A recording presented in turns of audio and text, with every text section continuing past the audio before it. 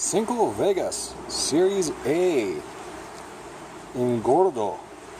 This is a 6x60 freaking monster ass cigar, and they actually do make bigger than this.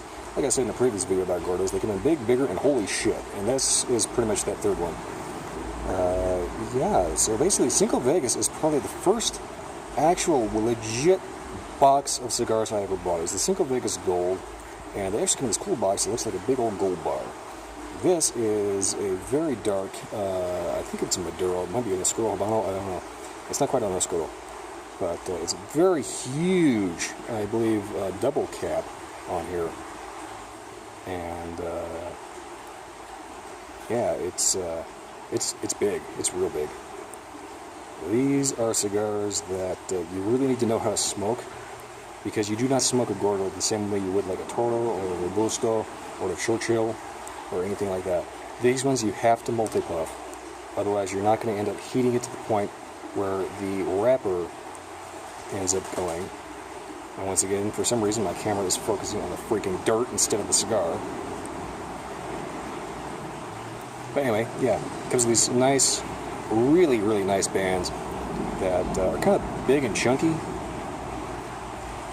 And the real problem with these I've found is actually getting them cut. As you can see, this is just a nice, big, huge as hell 60 gauge cap.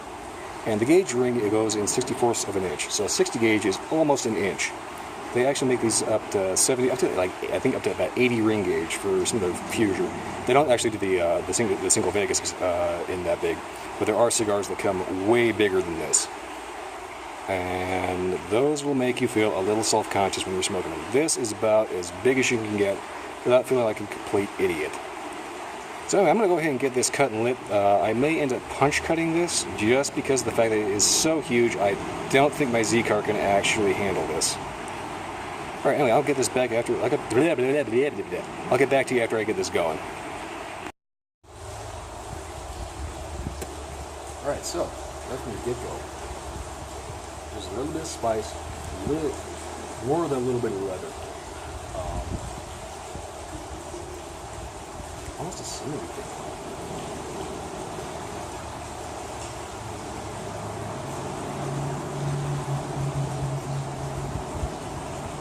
Yeah, there's definitely some leather, a little bit of earthiness, a little bit of spice. So far, very good start. And yeah, that is a very complex smoke. That it's a little dry. Again, it might just be a leftover from the cigar I just smoked. But anyway.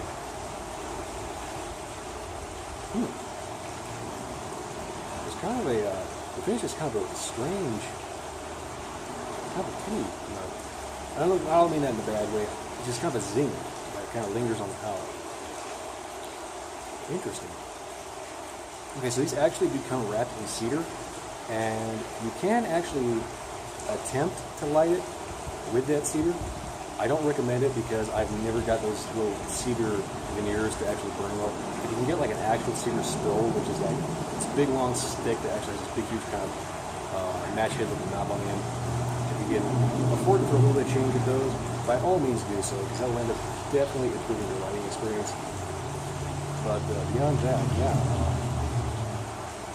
there's actually quite a bit going on in this right now. So I'm going to go ahead and get back to you after an inch and see exactly how this develops. This is going to be interesting.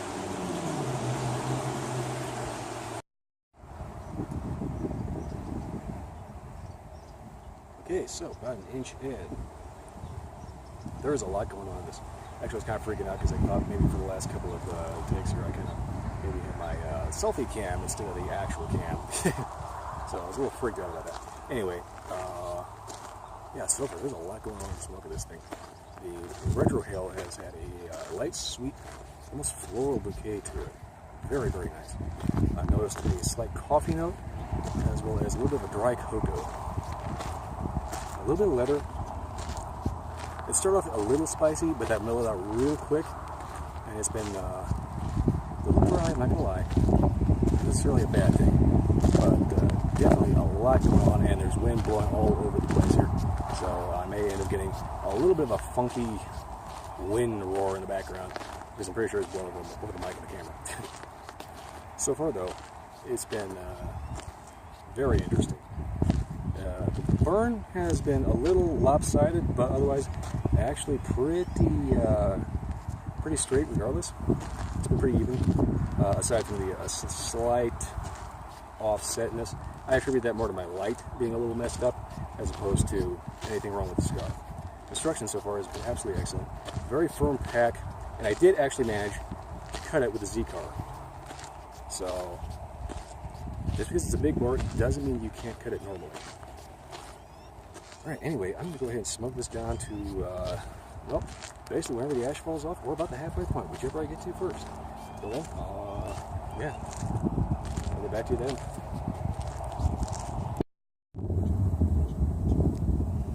Okay, so this is kind of weird. Out here in the middle of nowhere, there's just this one power pole all by its lonesome, which is very clearly a remnant of something from quite a while ago. Obviously they don't use this anymore because there's nothing on it. It's just an old power pole that just stuck here. There's quite literally nothing left on it. It's just surrounded by yucca, cactus, and prairie dogs, and that is pretty much it.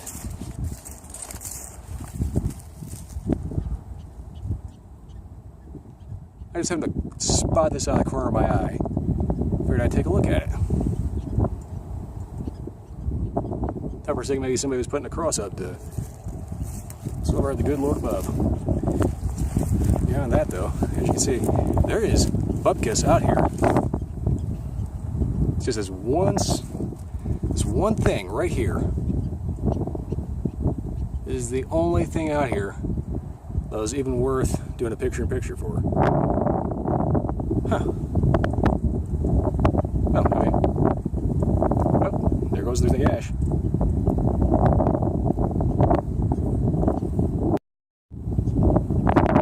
Okay, so yeah, the ash just walked off right at the halfway point. Yes, thank you, Win. Make my audio a little more fucked up than usual.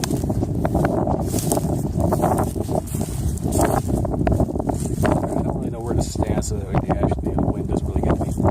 Anyway, yeah, the ash just flopped off. Flavors so far have been pretty consistent. Light cocoa, light coffee, no spice, no harshness, very smooth. Yeah, okay. I just got some poking me in the leg, so I think it's probably a yucca plant. As you can see, there's like nothing out here, so it's like nothing but wind. So anyway, yeah, so far the band on this is kind of huge, so I'm going to actually take the band off and get back to where the band should be for like any normal size band. This is like a double size band. It is humongous. As you can see, the burn has been very nice, auto-corrected very nicely. Construction is absolutely top tier on these. Flavors are excellent. Retro Hell has been sweet, floral, subtle cocoa. Overall, a very, very good cigar.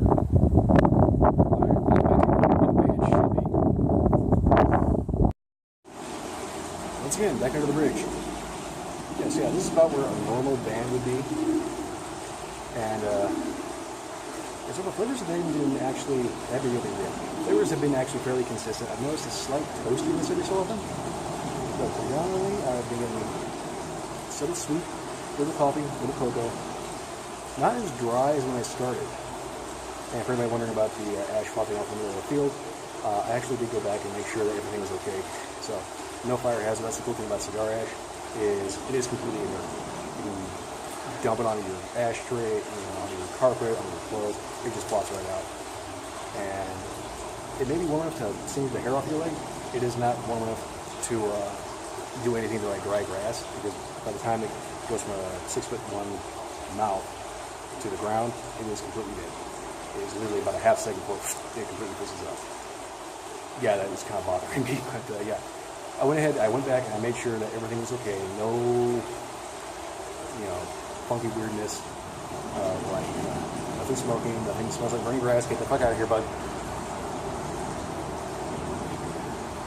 Yeah, freaking hornet. Yeah, definitely was not anticipating him showing up. But anyway, yeah, good thing about cigar ash, you can just dump it wherever the hell you like, and it is completely inert. It does absolutely nothing. So So anybody gives you crap about being a fire hazard, ignore it. They're still good. They simply do not burn hot enough. As far as the ash goes, to combust anything. But anyway, beyond that, yeah, flavors have been consistent. I've noticed a slight split in the cap, but that's really kind of negligible. Whew. It is a little warm out here today. It also looking like it's about to rain, so I'm going to start heading back. Anyway, I'm going to go ahead and smoke this down by another inch or two, and give that one last update before eventually I have to stop. Eventually the cigar will tell me when I'm done, because it burns my fingers when I drop it.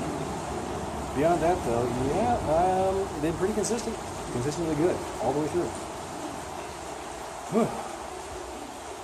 Alright, let's see about the nub.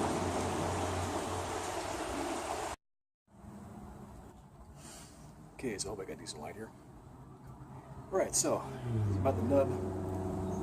It's getting hot and the flavor's starting to wash out. So this is about the point to end the videos. Yeah, about the halfway point back, you can actually kind of slow it down and start single puffing like a normal cigar. Other than that, flavors have been pretty consistent, which is not a bad thing. I did notice in the final third a slight toastiness before everything started getting a little over hot. But beyond that, yeah, I definitely recommend these. These are very good.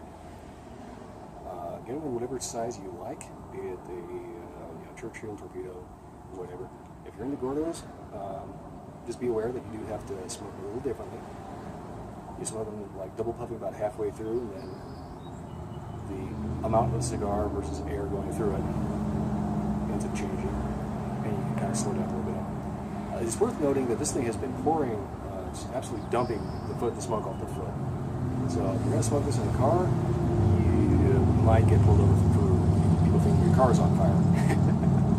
But other than that, yeah, it's been a very flavorful, very good, excellent cigar, and I definitely recommend these, especially if you've had some of the other Cinco Vegas offerings.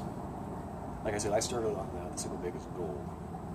That was the first actual box I ever bought. The first legit cigar that I got was probably an acid. I actually started with Swisher Sweets. I went back and tried one of those recently, and oh my god, they were terrible. Beyond that, though, yeah, if you're into Cinco Vegas, this is a little bit more flavorful than their more lighter shades, lighter offerings. It's definitely a full-bodied flavor. So far, I haven't noticed any strength off of it, which is a good thing. I don't like feeling lightheaded and a little blarf. But beyond that, yeah, excellent cigar. Cannot recommend these enough. These are definitely very good. Definitely worth the money. And beyond that, I'm kind of out of things to say about it. It's just nothing but good. Burn has been excellent, by the way. Haven't had any touch-ups.